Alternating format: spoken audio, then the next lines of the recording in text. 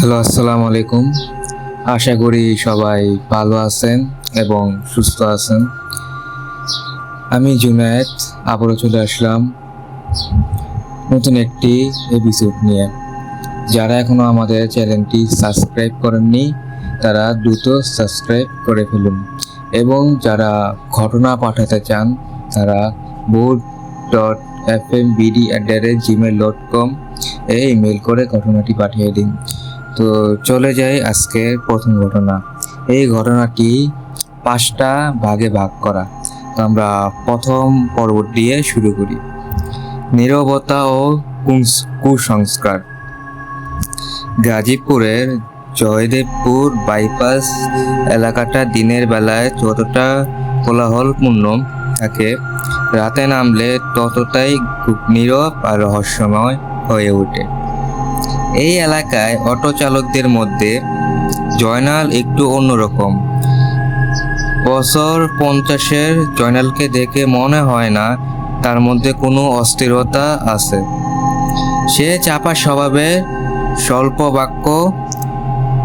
গত 15 বছর ধরে সে তার পুরনো মরিচা ধরা সিএনজি অটো রিক্সাটি চালায়, কিন্তু তার রুটটা যেন এক অলিখিত নিয়মের বেড়াজালে বাঁধা। রাত ঠিক 12টা বাজলেই সে বাইপাস সংলগ্ন গ্রামীণ সড়কে প্রবেশ করে, যেখানে শহরের আলো পৌঁছায় না বললেই চলে।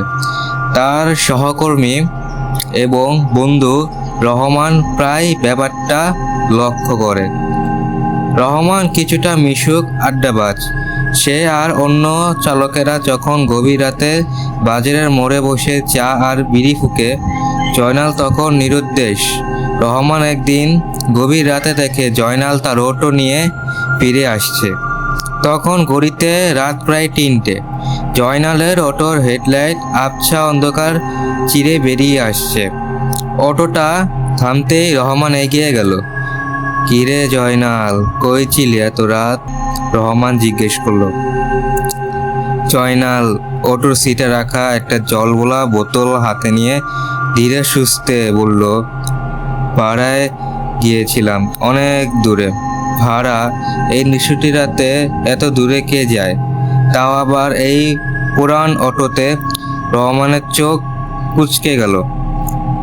আর তোর অটোর সিটে কিসের গন্ধ রে? ভিজে ভিজে মিষ্টি একটা বাসনা, যেন কদম ফুল আর বৃষ্টি জলের গন্ধ। জয়নাল তাড়াতাড়ি দরজা খুলে দিল। না, কিসের গন্ধ? হয়তো কোনো যাত্রীর পারফিউম। সারাদিন তো কত লোক উঠে, যা ঘুমা গিয়ে, আমার শরীরটা ভালো লাগছে না। রহমানের সন্দেহ আরও বাড়ল। সে জানে জয়নাল সবসময় তার অটো পরিচ্ছন্ন রাখে, সিট বা বডিতে সামান্য ধুলো থাকতে দেয় না। কিন্তু ওই দিন সে দেখতে পেল অটোর পিছনে সিটে হালকা ভেজা ভেজা মাটির একটা আফসা ছাপ। কিন্তু সে কিছু বলার আগেই জয়নাল হনহন করে অটোর গ্যারেজের দিকে নিয়ে গেল। এই ঘটনা কয়েক মাস ধরেই চলছে। জয়নালের রোজগারও অদ্ভুতভাবে বেড়েছে। অন্যান্য চালকেরা যখন দিনের বেলায় ভাড়া মেরেও কোনো মতে সংসার চালায়, জয়নাল তখন সামান্য কিছু টিপ মেরেও তাদের চেয়ে বেশি টাকা নিয়ে বাড়ি ফেরে।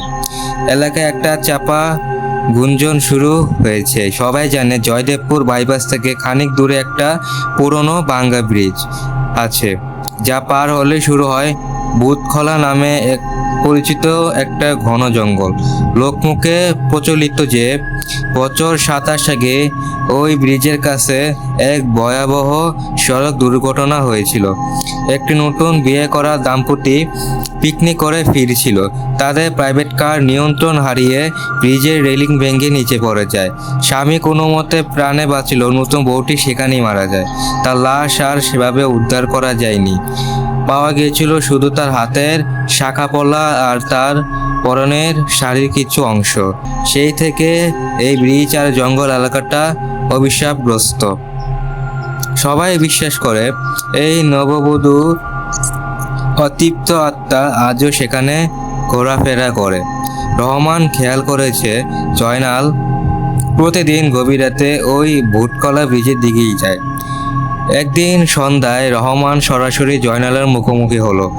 শোন জয়নাল, তুই আমাকে বলতেই হবে, তুই আজকাল রাত বিরেতে কোথায় যাস? ওই ভুটকলা ব্রিজের ওদিকে। তোর অটুতে ওই ভেজা মাটির আর ফুলের গন্ধ কিসের? জয়নাল নিচু স্বরে দীর্ঘশ্বাস ফেলে বলল, তুই শুধু শুধু ভয় পাচ্ছিস রহমান। আমি এখানে এক জায়গায় চুক্তিতে ভাড়া মারি। একটা লোক রোজ রাতে আসে, ভালো ভাড়া দেয়। লোক? রহমান হাসলো। রাত 2টা-3টার সময় ওই জঙ্গলের ধারে কে তোকে লোক দেখাচ্ছে? সব মিথ্যা কথা। তুই কি কিছু লুকাচ্ছিস? তোর মুখ দেখে মনে হচ্ছে তুই একটা বড় বিপদের মধ্যে আছিস। জয়নাল দুটো চোখ ফিরিয়ে নিল। তার চোখে এক পলকের জন্য ভয় আর হতাশা জ্বলসে উঠল। কোনো বিপদ নেই রহমান, তুই তোর কাজ কর। জয়নাল তার অটোর দিক এগিয়ে গেল। রহমান দেখলো জয়নালের মুখটা কেমন ফ্যাকাশে হয়ে আছে। তার চাল চলন স্বাভাবিক নয়। জয়নালের দিকে তাকিয়ে রহমানের মনে হলো সে যেন এক গভীর ঘন অন্ধকারে নিজের ভেতর লুকিয়ে রেখেছে। দ্বিতীয় পর্ব, সেই রাতের যাত্রী। সেদিন রাত ছিল গভীর অমাবস্যা। আকাশে চাঁদ নেই, তারা নেই, যেন প্রকৃতিও নীরব হয়ে আছে কোনো এক অশুভ ঘটনার সাক্ষী হতে। সারাদিন বৃষ্টি হয়নি, তবুও বাতাসে একটা অস্বাভাবিক ভেজা ঠান্ডা ভাব। অন্যান্য চালকরা আগেই বাড়ি ফিরে গেছে। জয়নাল ঘড়িতে দেখল রাত প্রায় 1টা 30 মিনিট। সে তার পুরনো অভ্যাস মতো অটো নিয়ে নিঃশব্দে ভুতখোলা ব্রিজের দিকে এগোতে থাকলো। তার হাত দুটো স্টিয়ারিং শক্ত হয়ে চেপে আছে। শরীর জুড়ে কেমন একটা শীতল স্রোত বয়ে যাচ্ছে। ভাঙ্গা ব্রিজে ঠিক মাঝারি পৌঁছতেই জয়নাল দেখলো রাস্তার এক পাশে জঙ্গলের ধার ঘেঁষে একজন মহিলা দাঁড়িয়ে আছে। তার পরনে সাদা শাড়ি, যা অন্ধকারেও এক অস্বাভাবিক আলো ছড়াচ্ছে। মহিলাটি হাত তুলে অটো থামানোর ইশারা করলো। জয়নাল কোনো দ্বিধা করলো না। তার যেন জানা ছিল এই যাত্রী আসবেই। সে অটো থামালো। মহিলাটি ধীরে ধীরে এসে পেছনের সিটে বসলো। জয়নাল তখনও পেছনের আয়নাতে তাকায়নি। মহিলাটির কণ্ঠস্বর বড়ই শান্ত, কিন্তু তাতে কোনো জীবনের স্পন্দন নেই। ভাঙ্গা ভাঙ্গা বাংলায় সে বলল, আব্বুর বাড়ি যাব, ওই ভাঙ্গা বাড়ির কাছে। ঝোপের ওপারে জয়নাল একবার তাকালো। পেছনের আয়নায় আবছা অন্ধকারে শুধু সে দেখলো একটি ঘোমটার আড়ালে মুখটি ঢাকা। সে ভাড়ার কথা জিজ্ঞেস করতে মহিলাটি আগে থেকেই একটি শুকনো কিন্তু পাঁচ করা 100 টাকার নোট এগিয়ে দিল। জয়নাল অবাক হলো, কারণ সে তার গন্তব্যের নাম বলার আগেই ভাড়া হাতে ধরিয়ে দিয়েছে। অটো আবার চলতে শুরু করলো। জয়নাল লক্ষ্য করলো অটোটা যেন অস্বাভাবিক ভারী হয়ে গেছে। সাসপেনশনগুলো নিচে নেমে গেছে। মনে হচ্ছে যেন 2-3 জন প্রাপ্তবয়স্ক লোক বসে আছে। জয়নাল পেছনের আয়নায় বারবার তাকানোর চেষ্টা করে, কিন্তু ঘোমটার জন্য সে কিছুই দেখতে পায় না। মহিলাটি একবারেই নীরব, কোনো শব্দ নেই, শুধু একটা মৃদু ভেজা কাপড়ের কষ্টানি শব্দ শুনতে পাচ্ছে জয়নাল। তার মেরুদণ্ড দিয়ে ঠান্ডা স্রোত বয়ে দিচ্ছে। তার মানে হলো কেউ যেন ভেজা কাপড় টেনে টেনে নিয়ে যাচ্ছে। পানি লাগবে? সাহস করে জিজ্ঞেস করলো জয়নাল। না, এক শব্দে উত্তর এলো। সেই কণ্ঠস্বর যেন বহুদূর থেকে ভেসে আসছে। রাস্তাটা ক্রমশ সরু আর উঁচু হচ্ছে। চারদিকে শুধু বাঁশঝাড় আর বন জঙ্গল। ভ্যাপসা ভেজা গন্ধটা যেন এখন তীব্র। হঠাৎ জয়নালের নাকে সেই চেনা গন্ধটা এলো, ভেজা শিউলি ফুলের মিষ্টি বাসনা। তারা যখন জঙ্গলের গভীরে একটা ভগ্নপ্রায় শেওলা ধরা বাড়ির সামনে এসে পৌঁছালো, মহিলাটি শান্তভাবে বলল, এখানে থামান, আমি নেমে যাব। জয়নাল অটো থামালো। মহিলাটি নামার জন্য প্রস্তুত হলো। সেই সময় জয়নাল তার ভয়ের সঙ্গে যুদ্ধ করে নিজেকে স্বাভাবিক রাখার চেষ্টা করলো। সে টাকাটা নিয়ে হাত বাড়ালো। মহিলাটি যখন হাত বাড়িয়ে জয়নালের হাতে টাকাটা দিল, জয়নাল তখন আতঙ্কিত হয়ে গেল। সে দেখলো মহিলাটির হাতের আঙ্গুলগুলোতে সদ্য শুকনা মাটির গভীর ছাপ।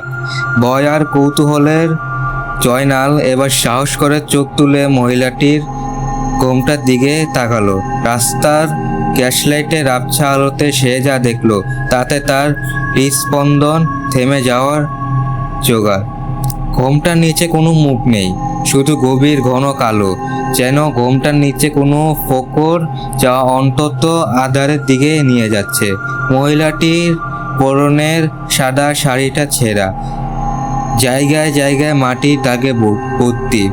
জয়নালের মুখ দিয়ে কোনো শব্দ বের হলো না, তার শরীর জমে পাথর হয়ে গেছে। সে শুধু ফিসফিস করে বলতে পারলো, কে আপনি, কে আপনি? মহিলাটির দিক থেকে কোনো উত্তর পেল না, শুধু একটা চাপা হাড় কাঁপানো দীর্ঘশ্বাস শোনা গেল। তারপর মহিলাটি দ্রুত জঙ্গলের দিকে মিলিয়ে গেল, যেন বাতাসটাকে টেনে নিল। জয়নাল কাপা হাতে অটো চালিয়ে ফিরে আসলো। দ্রুত সে গ্যারেজ পৌঁছালো। অটো থামিয়ে সে পেছনের সিটের দিকে তাকালো। ভয়ে তার হাত পা কাঁপছিল। সিটের মাঝখানে ভেজা মাটির ছাপে স্পষ্ট হয়ে আছে একটি ছোট সদ্য শুকনো শিউলি ফুল। জয়নাল বুঝল এই যাত্রী মানুষ নয়, এই তার সে অভিশাপ। সে বুঝতে পারলো কেন তার রোজগার বাড়ছে, আর কেনই বা সে এই রাতের পথে একা। কিন্তু কেন কেন এই আত্মা কেবল তাকেই দেখা দেয়। তো তৃতীয় পর্ব, জয়নালের অভিশাপ। ওই রাতের ঘটনার পর জয়নাল পুরোপুরি বদলে গেল। সে আরো বেশি চাপা হয়ে গেল।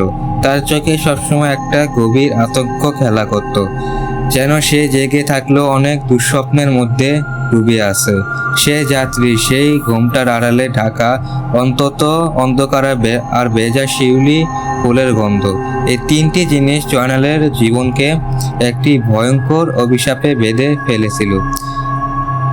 প্রতি রাতে ঠিক রাত 1:10 নাগাদ জয়নাল যেন এক অদৃশ্য টানে বুথখলা ব্রিজের দিকে অটো নিয়ে যেত, এবং প্রতি রাতেই সেই একই সাদা শাড়ি পরা মুখহীন যাত্রী তার অটোতে উঠত। সেই ভেজা মাটির ছাপ, সেই নীরবতা এবং সেই ভেজা কাপড়ের ঘষ্টানি শব্দ সবই যেন এক নিয়মের অংশ হয়ে গিয়েছিল। জয়নালের রোজগার এই অলৌকিক চুক্তির কারণে বেড়েছিল, কারণ সে ওই অশুভ টাকা আর কোনো রাতে অন্য কোনো ভাড়া পেত না। দিনের বেলায় তার অটো খালি থাকতো, যাত্রী এলেও দরজায় এসে ফিরে যেত, যেন এক অদৃশ্য দেয়াল জয়নালের অটোকে সাধারণ পৃথিবী থেকে আলাদা করে দিয়েছে। জয়নাল শেষ পর্যন্ত আর নিজেকে ধরে রাখতে পারল না। এক সকালে সে রহমানের কাছে সমস্ত কথা খুলে বলল, রহমান, আমি এক মহাপাপ করেছি। জয়নাল ফিসফিস করে বলল, তার কণ্ঠস্বর কাঁপছিল, আমি তাকে মেরে ফেলেছি। রহমান স্থির হয়ে গেল। কি বলছিস তুই জয়নাল? কাকে মেরেছিস? জয়নাল চোখ বন্ধ করে সেই অভিশাপের রাতের বর্ণনা দিল। সেটা ছিল বছর 27 আগের ঘটনা। সেদিন নতুন কোটা অ্যাক্সিডেন্টে মারা যায়। আমি তখন অটো চালানো শুরু করেছি। আমি প্রথম সেখানে পৌঁছেছিলাম। ব্রিজ থেকে যখন গাড়িটা পড়ে যায়, মেয়েটা তখনও বেঁচে ছিল। সে আমাকে হাত ধরে বলেছিল, আমাকে আমার আব্বুর বাড়ি পৌঁছে দাও ভাই, আর আমার হাতে ওই আংটিটা আমার মাকে দিও।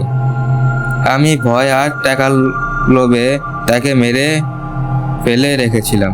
আমি ভাবলাম ঝামেলায় জড়িয়ে লাভ নেই, যদি পুলিশে ফাঁসায়। আমি তাকে সাহায্য না করে উল্টো তার হাত থেকে সোনার আংটিটা খুলে নিয়েছিলাম। তারপর দৌড়ে পালিয়ে এসেছিলাম। কিছুক্ষণ পর যখন লোক জড়ো হলো তখন সে মারা গেছে। জয়নাল কান্নায় ভেঙে পড়ল। আমার সেই পাপের শাস্তি দিচ্ছে সে। প্রথম রাতে যখন আমার অটোতে উঠলো তখন আমি তাকে চিনতে পারিনি, কিন্তু যখন সে আমাকে টাকা দিল, সেই ভেজা শিউলি ফুলটা রেখে গেল, তখন আমি বুঝলাম সেই যাত্রী। জয়নাল জানালো, এরপর আমি একদিন স্বপ্নে সেই ঘোমটা পড়া আত্মা এসেছিল। সে জয়নালকে বলেছিল, তুই আমাকে বাড়ি পৌঁছে দিবি। যতদিন আমার মুক্তি না হবে ততদিন তুই আমার বাহক। তুই যদি এই চুক্তির কথা কাউকে বলিস তবে তোর অটো চাকা আর কখনো ঘুরে দাঁড়াবে না। তুই এই রাস্তায় আটকে যাবি। রহমান ভয়ে হিম হয়ে গেল। তার সন্দেহ সত্যি, জয়নাল এক অভিশাপের শিকার। রহমান জয়নালকে সান্ত্বনা দিল, ঠিক আছে জয়নাল, তুই চুপ থাক। আমি তোর বন্ধু, এই বিপদ থেকে আমি তোকে বের করব। চতুর্থ পর্ব, রহমানের হস্তক্ষেপ ও তদন্ত। রহমানের মনে একটাই প্রশ্ন, আত্মাটি কেন মুক্তি পাচ্ছে না? নিশ্চয়ই তার কোনো শেষ ইচ্ছা পুরো অপূর্ণ রয়েছে। পরের রাতে রহমান বাইপাসের পাশে একটি ঝোপের আড়ালে লুকিয়ে রইল। রাত 1:30। জয়নালের অটো এলো। রহমান দেখলো সেই সাদা শাড়ি পরা যাত্রী অটোর পেছনে সিটে উঠল। কোনো শব্দ নেই, কোনো কথা নেই। অটোটি অদৃশ্য যাত্রী নিয়ে গন্তব্যের দিকে চলতে শুরু করলো। রহমান তার সাইকেলে করে দূর থেকে অটোকে অনুসরণ করলো। ভাঙ্গা বাড়িটার কাছে এসে অটো থামলো। রহমান দেখলো জয়নাল মাথা নিচু করে সিটের দিকে তাকিয়ে কি যেন বলছে। তারপর অটো হালকা হয়ে গেল। জয়নাল শূন্য সিটের দিকে মাথা ঝুঁকিয়ে ভাড়া নিচ্ছে আর সিটে কি যেন রাখছে। রহমান তার চোখে বিশ্বাস করতে পারছিল না। সেদিন সকালে রহমান সেই ভাঙ্গা বাড়িটার কাছে গেল। আশেপাশের পুরনো বাসিন্দাদের জিজ্ঞেস করে জানতে পারল সেই নববধূর নাম ছিল হাসনা বানু। দুর্ঘটনার দিন তার পরিবার তাড়াহুড়ো করে তাকে কবর দিয়েছিল, কারণ হাসনার মা বিশ্বাস করতেন অকাল মৃত্যু হওয়া কারো লাশ বেশি দিন বাইরে থাকলে পরিবারের অমঙ্গল হয়। রহমান আরও জানতে পারল হাসনা বানুর শেষ ইচ্ছা ছিল তার বিয়ের আংটিটি যেন তার মা হাতে নিয়ে তাকে শেষ বিদায় দেন, কিন্তু সেই আংটিটি আর কখনোই খুঁজে পাওয়া যায়নি। রহমান ফিরে এসে জয়নালকে জিজ্ঞেস করলো, জয়নাল, সেই সোনার আংটিটা কোথায়? জয়নাল হতাশভাবে বলল, সেটা আমি ভয়ে জঙ্গলে ফেলে এসেছিলাম। আমার সাহস হয়নি সেটা বিক্রি করার। আমার কাছে সেটার কোনো মূল্য নেই। রহমান দীর্ঘশ্বাস ফেলে বলল, তুই এক পাপ করেছিস জয়নাল। আর সেই আংটি তার মুক্তির চাবিকাঠি। সেই আংটি দিয়ে তার শেষ ইচ্ছা পূরণ হলেই সে মুক্তি পাবে।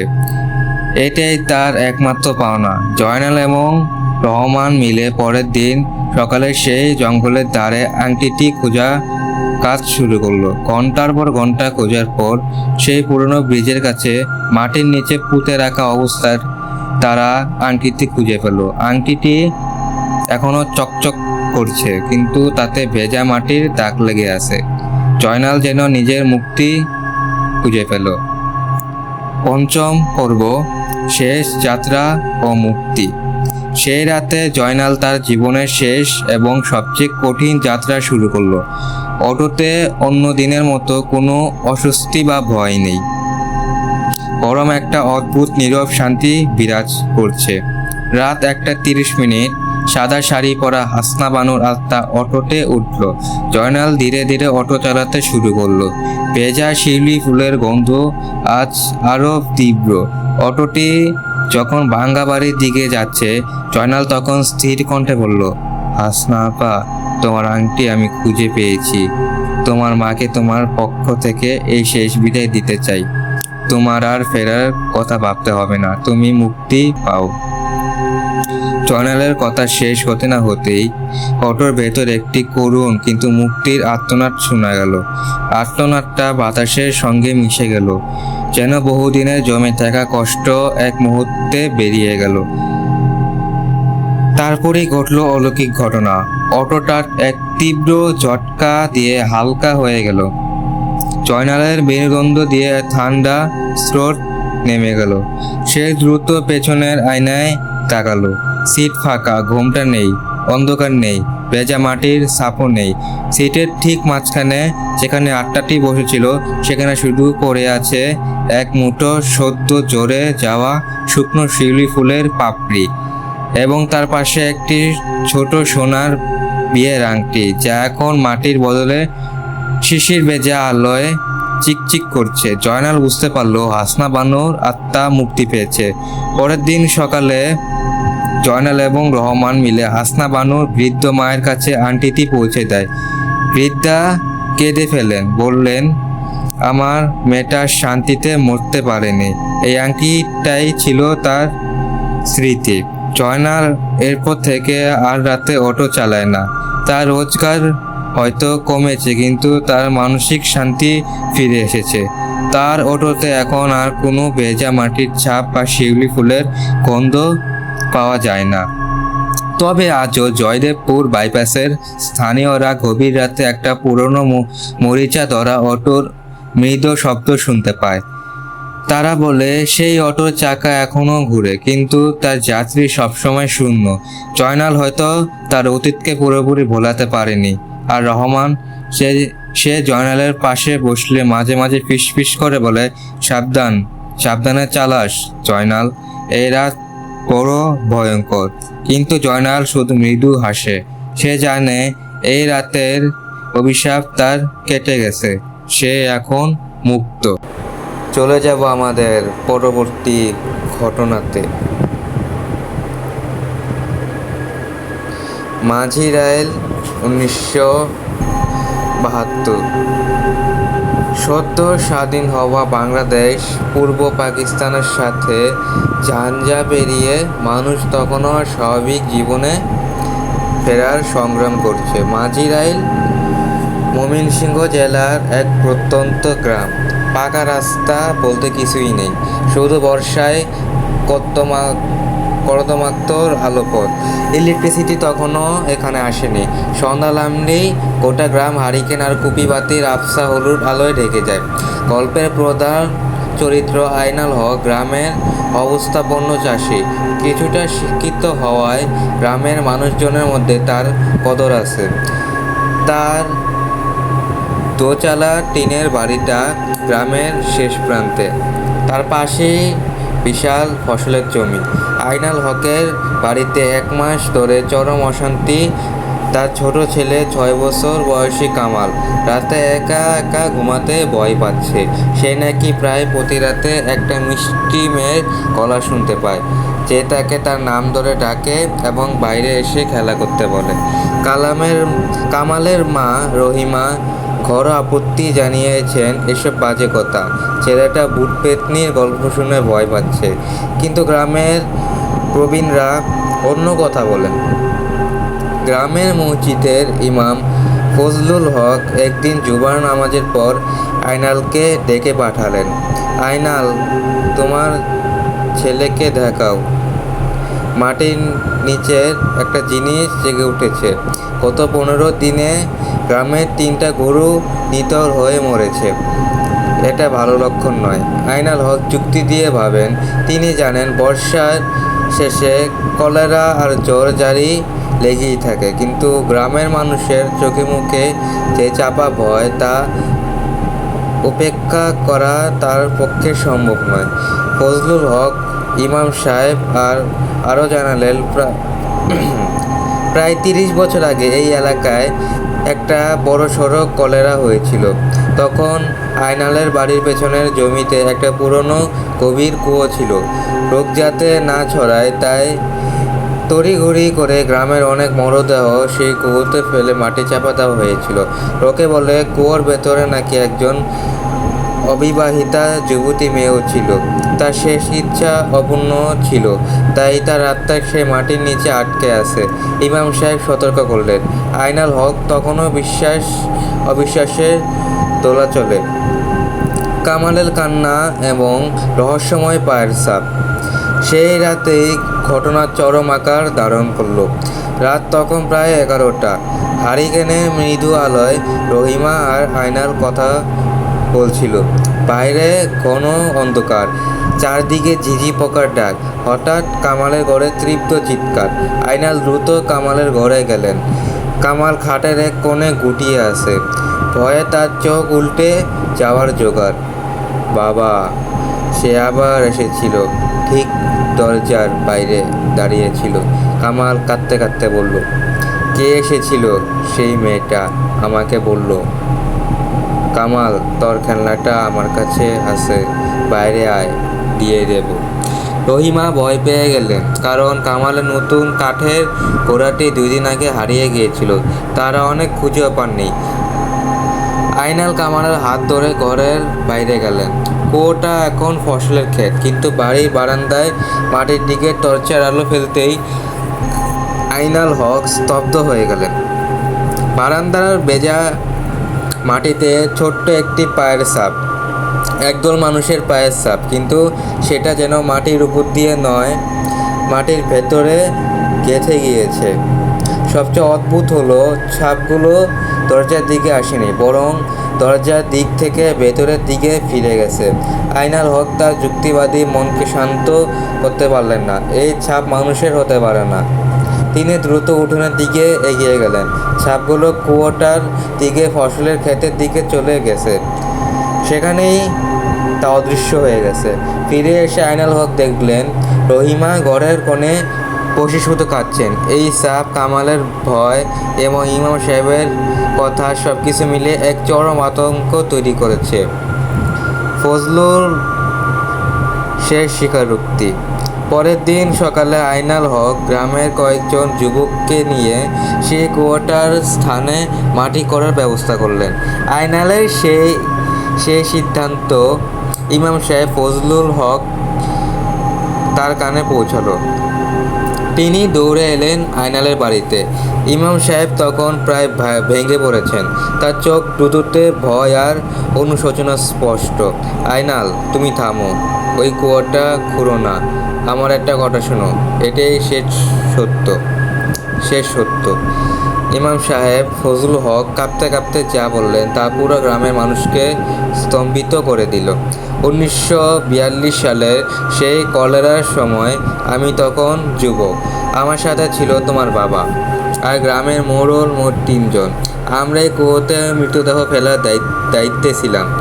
সেখানে শুধু কলেরায় মরা মানুষ ছিল না আয়নাল, সেখানে আমার এক প্রেমিকাও ছিল, হাসিনা। সে অন্তঃসত্ত্বা ছিল, কিন্তু আমাদের সমাজের ভয়ে আমরা তাকে স্থির মর্যাদা দিতে পারিনি। কলেরা শুরু হতেই আমরা সুযোগ নিলাম। আমরা তাকে মেরে ফেলিনি, কিন্তু তাকে কুয়োর একদম কাছে ফেলে দিয়েছিলাম, কারণ আমরা জানতাম কলেরা হলে মানুষ তাকে এমনিতেই মৃত ভাববে। আমরা দ্রুত তাকে সেই কুয়োর ভিতরে ফেলে মাটি চাপা দিয়ে এসে পড়েছিলাম। তখনও তার জ্ঞান ছিল। ইমাম সাহেব মাটিতে বসে হাউমাউ করে কেঁদে উঠলেন। আমরা ভেবেছিলাম পাপ চাপা পড়ে গেছে, কিন্তু তার আত্মা মুক্তি পায়নি। সে এখন নিশি হয়ে ফিরেছে।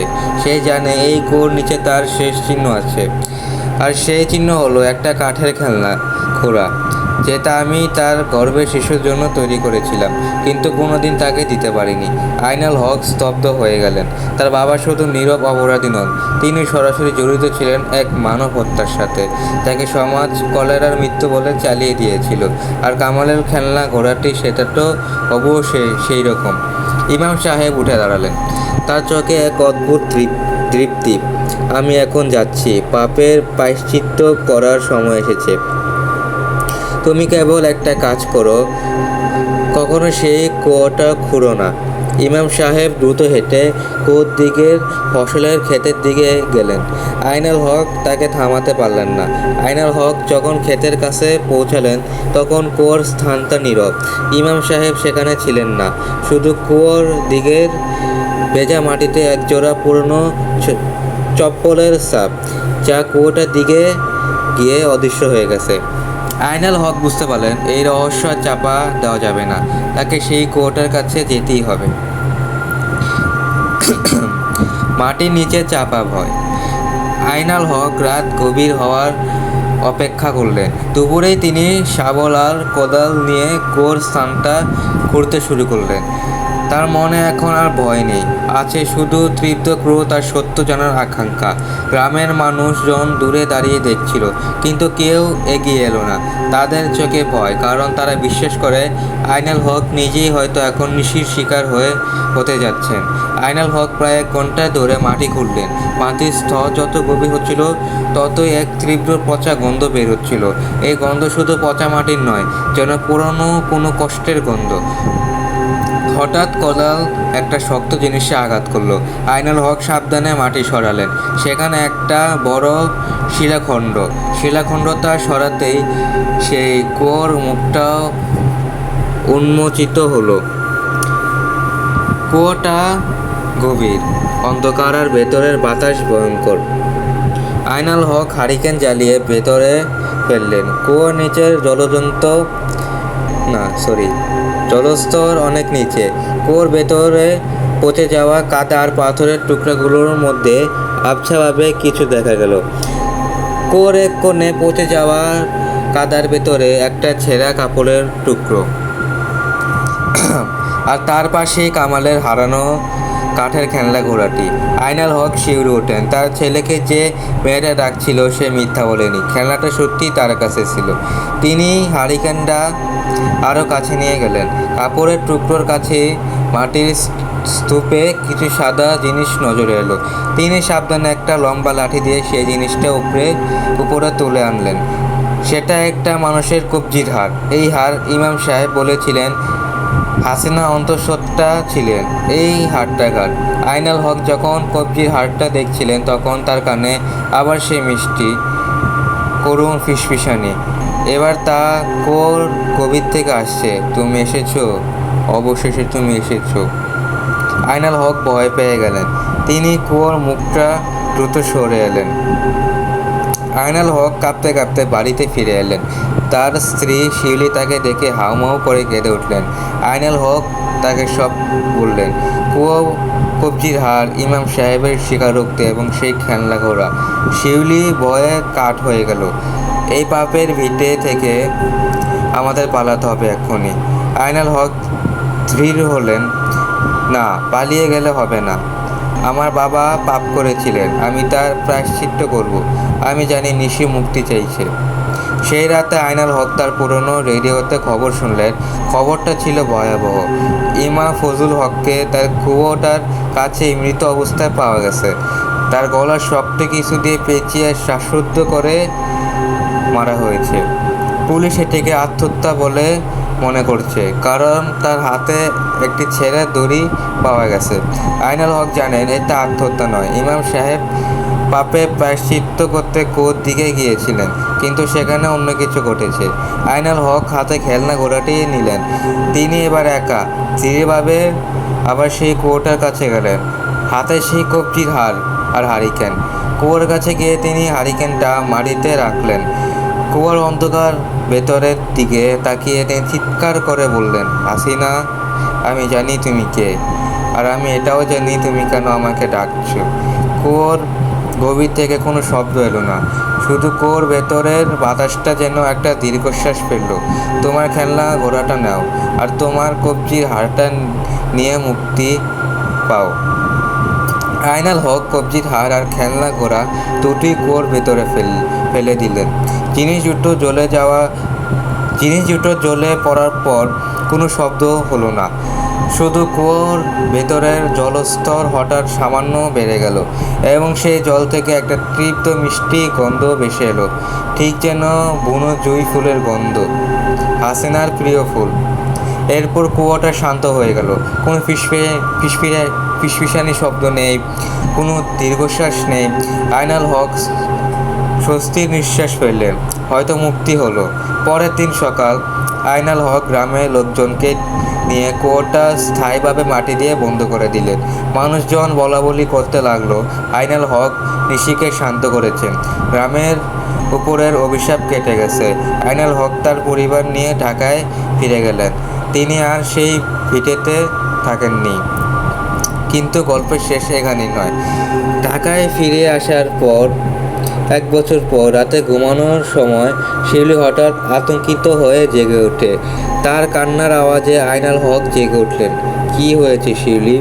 শিউলি চোখ মুছতে মুছতে বলল, আমি একটা স্বপ্ন দেখলাম, ঠিক যেন মাঝিরাইল গ্রামের কুয়োটা, আমি তার ভেতরে পড়ে যাচ্ছিলাম। আইনাল হক তাকে শান্ত করে বললেন কিন্তু পরের রাতে আইনাল হক তাকে শান্ত করলেন। কিন্তু পরের রাতে শিউলি আবার একই স্বপ্ন দেখলেন। আর সেই রাতের পর থেকে শিউলির আচরণে পরিবর্তন আসতে শুরু করলো। সে খুব কম কথা বলে, সারাদিন এক কোণে চুপ করে বসে থাকে। তার চোখে সেই একই ঘোর যা কামালের চোখে ছিল।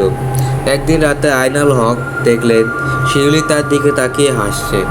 হাসিটা তার স্ত্রী নয়, অস্বাভাবিক রকমের শান্ত কিন্তু শীতল। তুমি কেন আমাকে ফিরিয়ে নিয়ে এলে আইনাল? শিউলি ফিসফিস করে বলল। আইনাল হক ভয় কাঁপতে লাগলেন। কি বলছো? তুমি কে? আমি তোমার বাবার পাপের ফসল। আমি তোমার বাবার ভিটা থেকে মুক্তি পাইনি। আমি শুধু নতুন আরেকটা শরীরে এলাম। তুমি আমাকে ফিরিয়ে নিয়ে যেতে পারবে না, কারণ আমি এখন তোমারই অংশ। আইনাল হক বুঝলেন হাসিনা মুক্তি পায়নি। সে কেবল কুয়ো ছেড়ে তার স্ত্রীর শরীরে আশ্রয় নিয়েছে। আর তার মুক্তির জন্য যে কবজি ধার ব্যবহৃত হয়েছিল সেটা ছিল হাসিনাকে হত্যার সময় ইমাম ফজলুল হকের নিজেরই একটি অঙ্গ। আইনাল হক জানেন এই অভিশাপ আর কাটবে না। সে তার স্ত্রীকে হারিয়েছে, আর তার বাড়ির অভিশাপ এখন তার সঙ্গে জীবনের শেষ মুহূর্ত পর্যন্ত থাকবে। তো এইটাই ছিল লাস্ট গল্প। আশা করি আপনাদের ভালো লেগেছে। গল্পটি আমি গুছিয়ে বলতে পারিনি, তার জন্য আমি দুঃখিত। যারা ঘটনা পাঠাতে চান তারা boot.fmbd@gmail.com ইমেল করে পাঠিয়ে দেবেন। তো দেখা হবে পরবর্তী এপিসোডে। ভালো থাকবেন, সুস্থ থাকবেন। আল্লাহ হাফেজ।